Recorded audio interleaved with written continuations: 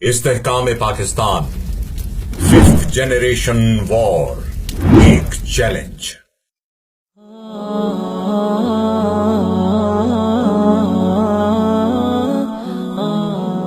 الحمدللہ پاکستان ایک اسلامی فلاحی ریاست ہونے کے ساتھ ساتھ وسائل سے بھرپور ایک ایٹمی طاقت بھی ہے۔ دشمن جانتا ہے کہ پاکستان کو ایٹمی ہتھیاروں کے ذریعے فتح کرنا ناممکن ہے، اس لیے وہ ففتھ جنریشن وار کے ذریعے اپنے مکروہ عزائم کی تکمیل کے لیے سرگرم عمل ہے۔ آئیے جانتے ہیں ففتھ جنریشن وار۔ ایک وقت تھا جب دشمن کا ہدف افواج اور سرحدیں ہوا کرتی تھی، مگر اب دشمن کا نشانہ ہماری افواج اور سرحدیں ہی نہیں بلکہ سارے عوام اور پورا ملک ہے۔ دشمن کا طریقہ واردات تین قسم کا ہوتا ہے۔ پہلا طریقہ ہے آپس کی خانہ جنگی اور انتشار۔ دشمن اپنے کارندے ہمارے درمیان بھیجتا ہے، وہ کارندے ہمارے ہی درمیان سے اپنے سہولت کار تلاش کرتے ہیں اور ان کے ذریعے عوامی مقامات پر بم دھماکوں کے ذریعے لوگوں کا قتل عام کرواتے ہیں۔ ان حملوں میں اصل نشانہ وہ نہیں ہوتے جو مر جاتے ہیں، بلکہ وہ ہوتے ہیں جو زندہ بچ جاتے ہیں، جن کی بقیہ ساری زندگی خوف و ہراس اور زندگی اور موت کی کشمکش میں گزرتی ہے۔ دوسرا طریقہ ہے معاشی بدحالی۔ باہمی خانہ جنگی کسی بھی ملک کی معاشی تباہی کا سبب ہوا کرتی ہے۔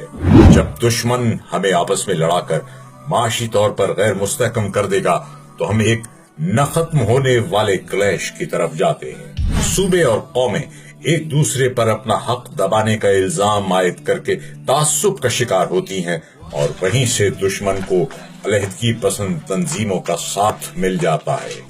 تیسرا طریقہ ہے عوام الناس کو بے چین اور کنفیوز کر دینا۔ کنفیوز کر دو کہ سیاسی جماعتیں، عدلیہ اور فوج ایک پلیٹ فارم پر نہیں ہیں۔ کنفیوز کر دو کہ آپ کی افواج اور ایجنسیوں کی پالیسیاں باہم متصادم ہیں۔ دشمن ملک کی من گھڑت کہانیوں پر فلمائی گئی فلموں کے ذریعے عوام کو کنفیوز کر دو کہ یہ لڑائی تو صرف دو افواج کی ہے، عوام کو اس سے دور رہنا چاہیے۔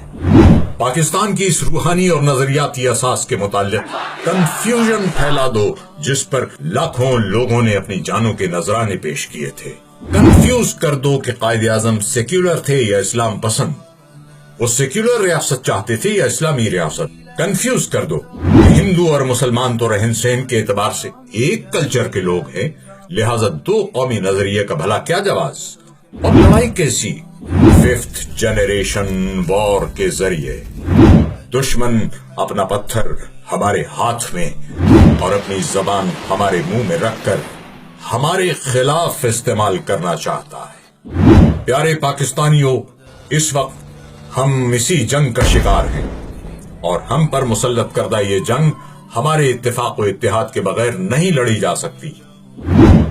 پاکستان بھر کے تمام مکاتب فکر سے تعلق رکھنے والے علماء کرام نے اجتماعی اور متفقہ موقف اختیار کیا اور پیغام پاکستان کے نام سے پوری قوم کو اس جنریشن وار سے نکلنے کی راہ دکھا دی ہے۔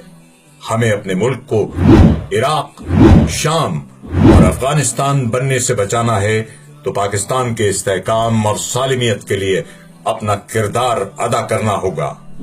اللہ ہمارا حامی و ناصر ہو۔